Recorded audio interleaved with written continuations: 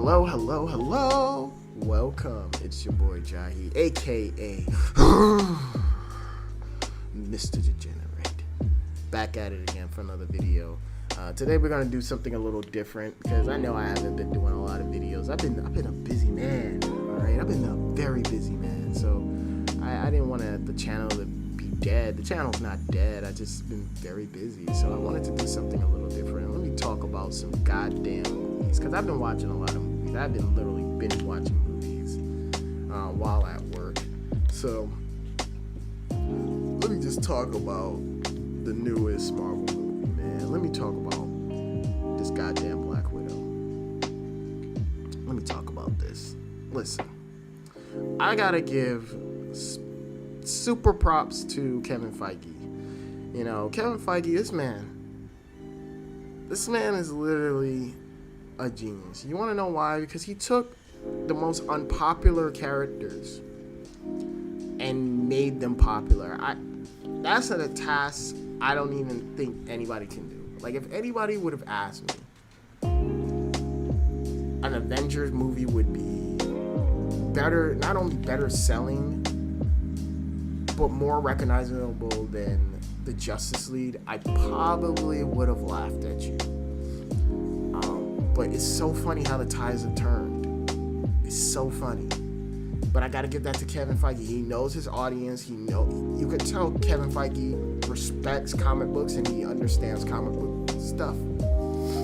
And he's one of those heads that actually probably read comic books when he was a kid and understands what comic books are, you know. And I think it works for the MCU, and also it kind of hurts the MCU, and I'm going to explain a little bit why. But I really want to give this man props because this man literally is taking every goddamn character and giving them their either own show or own movies. Characters I never even thought would get their own like movies, like Black Widow, Falcon and the Winter Soldier. If you had asked me, we would have gotten a buddy cop show with one of the most boring ass characters, Falcon. I probably would have laughed at you, but it works. And I think Kevin Feige deserves praise. That being said, there's a reason why people criticize Marvel a lot, and don't take Marvel movies serious. It's because, and I agree with them in some ways, Marvel has this really bad thing of staying too safe. They have a problem with staying too safe. And I think that's where the Marvel formula kicks in. It's like they have this really weird formula that works, but at the same time, it's kind of boring. And only few movies out of the Marvel universe breaks that mold very, very hard and becomes something their own. Like Captain America, Winter Soldier, that's still one of my favorite Marvel movies. The Russo brothers killed it. And that was their first time doing something like that. Like, they killed it. That movie feels and acts different than any other Marvel movie. And it carries on to Civil War. It carries on to Endgame, Infinity War. And it's just this very mature way of doing things. And Black Widow tries to follow in the footsteps, but it's just not as good. And I think the biggest problem I have with Black Widow, this movie just feels like a very bygone era of Marvel. And it's like, come on, guys. We're in phase 4. And I get it. You know, we're not getting X-Men yet. And Fantastic Four is on the horizon. We're not getting X-Men yet. But holy fuck. This movie should have been came out. This movie should have been a phase 2 Marvel movie. Not a phase 1 Marvel movie. Not a phase 4 Marvel movie, phase 2 Marvel movie, because it feels like a phase 2 Marvel movie in a lot of ways. In fact, it feels like a discount version of Winter Soldier, and that's not a good thing. And I don't want to harp on Scarlett Jo because, you know, she is the first female Avenger. She's the only female cast member of the Avengers, and she stayed long, but after watching this movie, I kind of just had the same impression I've had when I first saw the trailer. Why? Why are we doing this? Why? Why? No one asked. We were asking for this back in phase 2 of Marvel. We're in phase 4. Why are we now getting story of Black Widow? And I don't know what Marvel was thinking. This movie was just plain. It wasn't even a bad movie. Let me get that shit off. But let me talk about the positive. One of the things I love about this movie. Because there's always some things I do love about a movie. The first positive I'll give this movie is once again, Marvel's the master of world building and crafting a world to live in. And the spy world in this universe is kind of interesting. Like what they do with the Red Room, the whole kind of like idea of the Red Room of like taking like these homeless girls or less fortunate girls and using them as spies, because let's face it, people don't really think of much of women in society. So, having them be female assassins is like really interesting. I was like, oh, that's interesting why you use female spies in this universe. Okay, that's interesting. The main villain in this movie makes a good point. I'm not gonna spoil everything, but yeah, like makes a good point. Like a lot of people in society would be like, oh, I get a girl, oh no. And I found that very interesting. And I will say, the second positive I will give is that it's very mature. I'll give this movie its props. It has moments of very like dark themes, like abotomy, like the girls who go in the Red Room can't have kids because Jovovich, Natasha's sister, goes into this very like kind of like jokingly / like serious talk about like her not having a wound and everything, and then later on like Natasha and her have a talk about like having a family. Did you ever think about having a family or whatever? And that kind of reinforced the idea of like Avengers 2, where Natasha was talking about like, after everything I've done, I don't even think I deserve having a family. And I'm like, oh, that's interesting. It's really some dark shit. So I'll give Marvel its props. Like I was like, oh, this is kind of interesting. So again, the world building and how the movie portrays the darkness of the world is kind of interesting. And I think the biggest, hands down, the best part of this movie was goddamn Jovovich. What's her name? The girl who Elena or whatever her name is. The girl, Natasha's sister. I'm just gonna call her Natasha's sister, not the show. Not this video. I'm just gonna call her that. Natasha's sister is fucking dope. Like I love this girl, and if she's the new Black Widow, which we're leading to that she's gonna be the new Black Widow, welcome to the MCU. That's all I gotta say. Welcome to the MCU, baby girl. We gotta protect her at all costs, bros. Like she is so adorable. I love her banter with Natasha. I love her like spirit. I love how she makes fun of Natasha's like stupid poses. Like even I didn't even really catch it until like I rewatched a lot of the movie. But Natasha does a lot of poses, and I'm just like, what's the fucking point of this shit? And I love how she makes fun of it. But I also like when she needs to get dramatic and have like sad moments, she knows how to deliver on it really well. Like there's one scene in the movie where they're like having like this dinner scene, and like everyone's kind of like disregarding the whole idea that they're a family, and she literally has this moment of like, no, like you guys are the only family that I have. Like I don't have nobody. I don't know who my biological family is. I don't know anything. Like you guys may think this is all fake to you, but this is real to me because I have nothing. And I was like, oh man, That gave me the feels. I was like, all right, like she was the best part. Honestly, everybody else, and this is where I get into the negatives, everybody else was just sleepwalking throughout this movie. She was the only one carrying this movie, man. And her back must be killing her, because she was the only one pulling any weight in this movie. Even ScarJo. And I don't even think Scarlett Johansson was doing a bad job. I just think Scarlett was just like, she was just, I don't know if she was bored that day or she was just like, man, listen, I'm about to get the fuck out of the MCU, because this shit ain't doing nothing for me. I'm out. I got kids to feed. Got to get this Disney money, and I'm out. But her character just felt like, Natasha's character just felt like she was just there, like nothing else. Like she was just there.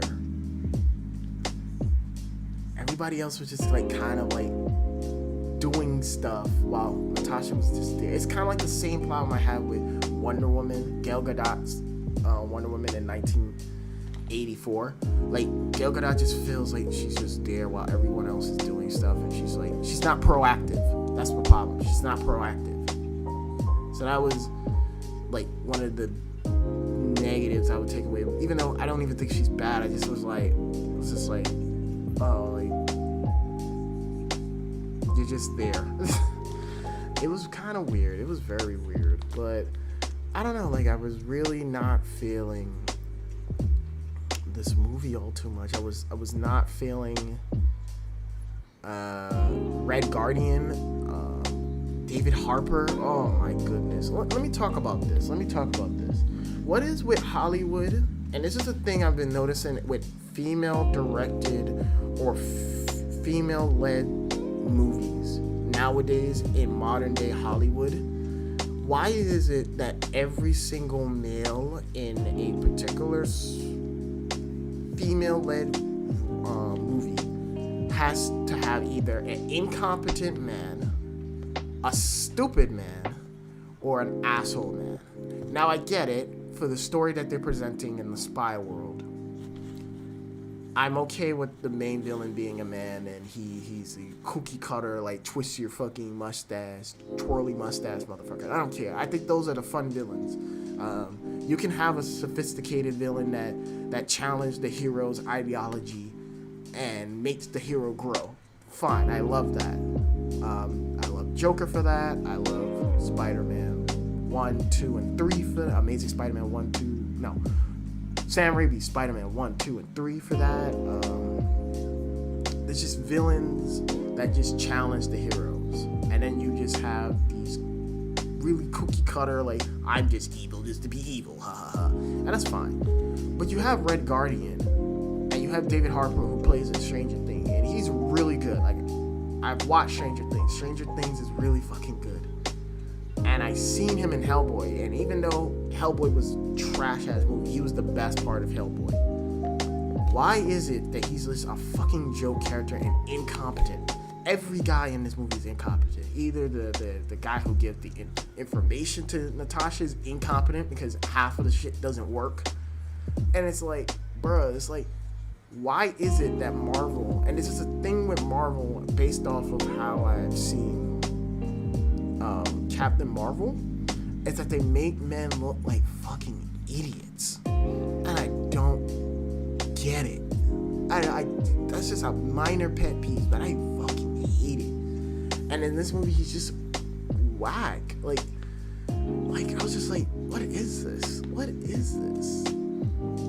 Like, instead of creating, and this is what I think it should have been, you know, granted, it's just my opinions, but whatever, but I would have loved it if he was a man that was just trying, a washed up superhero that, you know, feels bad that he couldn't protect his family or whatever, and he was just like, hey, you know, he feels like he's useless, and it's the girls, his daughters and his wife, quote unquote, his family lifts him up and then tell him, like, no, like, you are, like, great.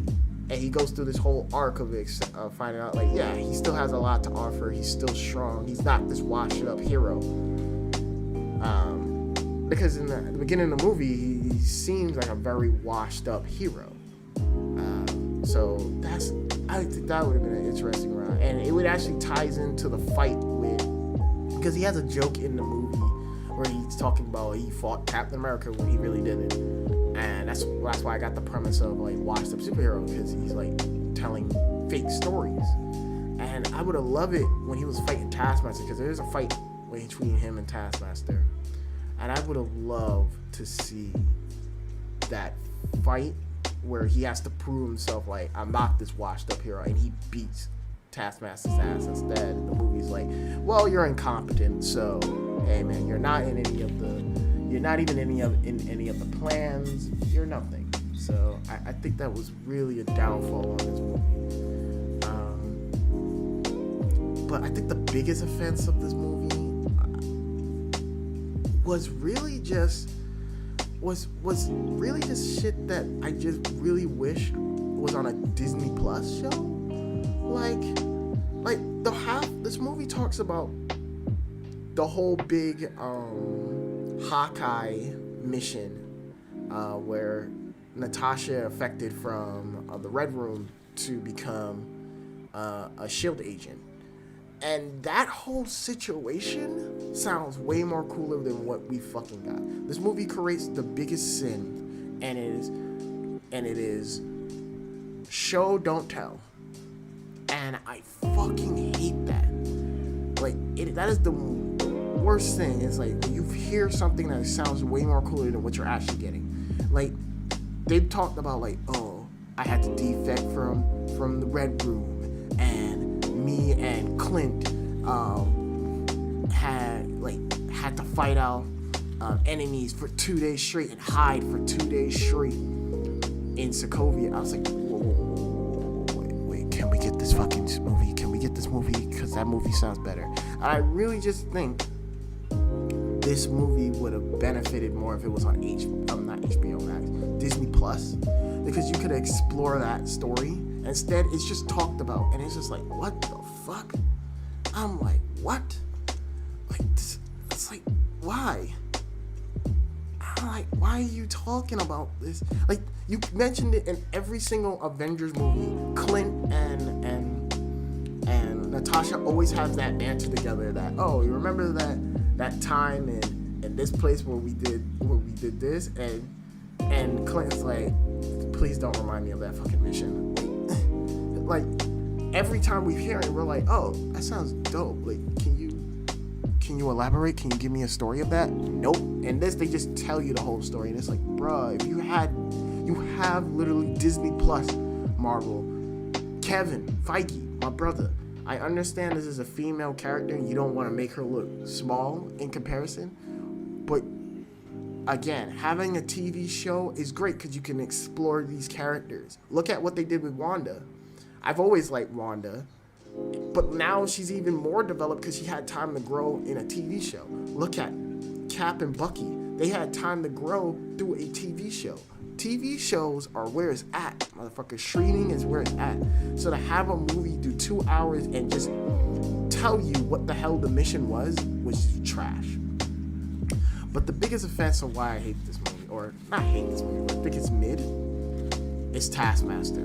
Now, I'm familiar a little bit with Taskmaster from the comic books, but I got into Taskmaster strictly, and I repeat, strictly, through Marvel vs. Capcom 3. That was my first introduction to Taskmaster as a character, and I was like, whoa, this guy is cool. Like, I was like, he has arrows, he's got swords, he's like if Link became a bad guy. I was like, this is fucking dope. And then I looked into his backstory, and I looked into his comic books and read a little bit of stories that he was in. Not every single story, but read some of the stories he was in. And I was just like, whoa, he can copy your moves by just looking at you. That's fucking cool. And ever since then, I've always enjoyed Taskmaster. I know he's a C-level villain, so a lot of people probably don't know him, and don't care for him, but I like Taskmaster a lot. He's like one of my, I wouldn't say my favorite villain, but he is one of, like, every time I see him, I'm just like, yay, Taskmaster, because he's just fucking cool, and he trains supervillains for a high price. It's like so cool. And in this movie, what they do with him is kind of like very trash. Again, this is why I call this movie a very discount version of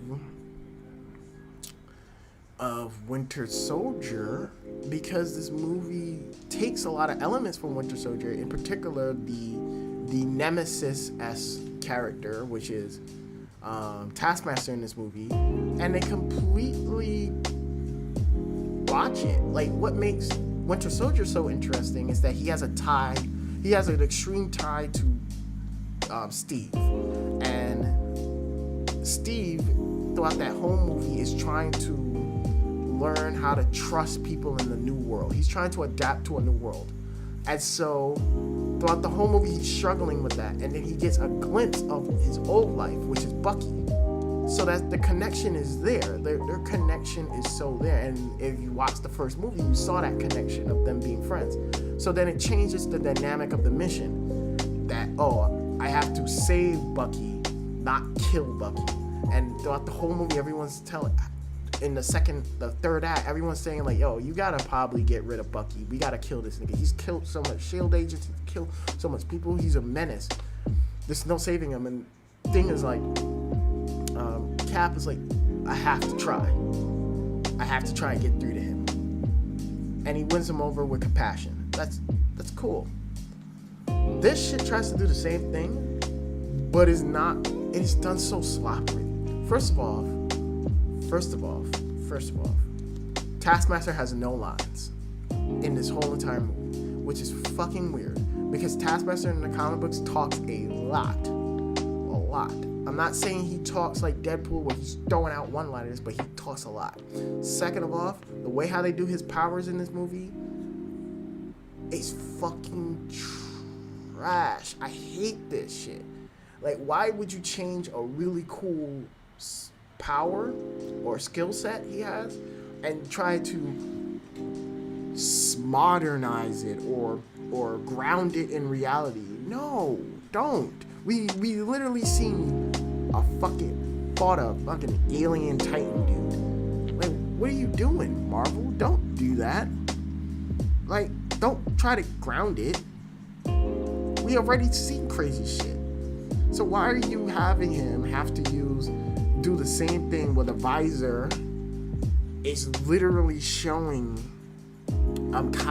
copies and analyze and scans the person move? Like, that's lame to me. And you want to know why it's lame? Because Civil War did it, because Iron Man, Tony, did it on Steve. He analyzed his moves, so he was able to counter everything. So I was like, why did you guys do that again for Taskmaster? That was lame. Don't get me wrong, Taskmaster has some cool scenes. Like, I love the bridge scene at the beginning of the movie, but holy fuck. Like, ugh. Like, I hated the changes. And then the big twists with Taskmaster, you can see that shit coming from a mile away once you pay attention. And I will say, what they did fits the movie, but it's not Taskmaster. It's not Taskmaster at all. This is just a weaker version of Bucky. At least Bucky tied in well with Steve, and it was very compelling, and it was introduced in the second act. It was introduced who Bucky was. This waits till the third act to have the shocking reveal, and we kind of already knew that. And it just wasn't impressive. I see a lot of people online saying Taskmaster was great. I'm like, are you saying that because Taskmaster fight scenes were cool? Or are you saying that because the character was great? Because I feel more for Bucky than I did for Taskmaster. Like, if they get rid of this Taskmaster, I wouldn't care. And I don't know. I just did not enjoy this. I did not enjoy this at all. I was just like, why did you do this to my boy Taskmaster? I I was just so disappointed. And then the third act, Marvel has a really, and this is with comic book movies in general, they either nail it or they fail the landing hard. The third act is trash. I'm sorry.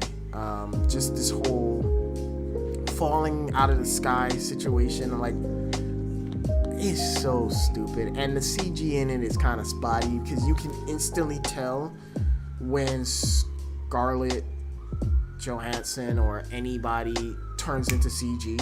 Like, you can instantly tell when anybody turns into CG in this movie, which is kind of weird. It's like, I don't know, like, this movie is just fucking like middle of the road. I will give this movie as props. The after credit scene was dope. I really did like the after credit scene. It actually made me excited for a particular show. I'm not gonna spoil it. And yeah, like, overall, I just think this is like a discount version of Winter Soldier. And, you know, I respect Scarlett Jo. Like, yo, she's credited as like a producer or executive producer. My girl got her fucking money and she's out of here. She's like, yo, MCU, fuck you niggas. Y'all didn't give me my respect when I was here. I'm out, Chiefs. I know she talked about in interviews that she wanted to make Black Widow more like not just a sex object, which she's a fucking spy, Scarlett. This is how I know you don't read comic books. It's okay, baby girl, but shut the hell up.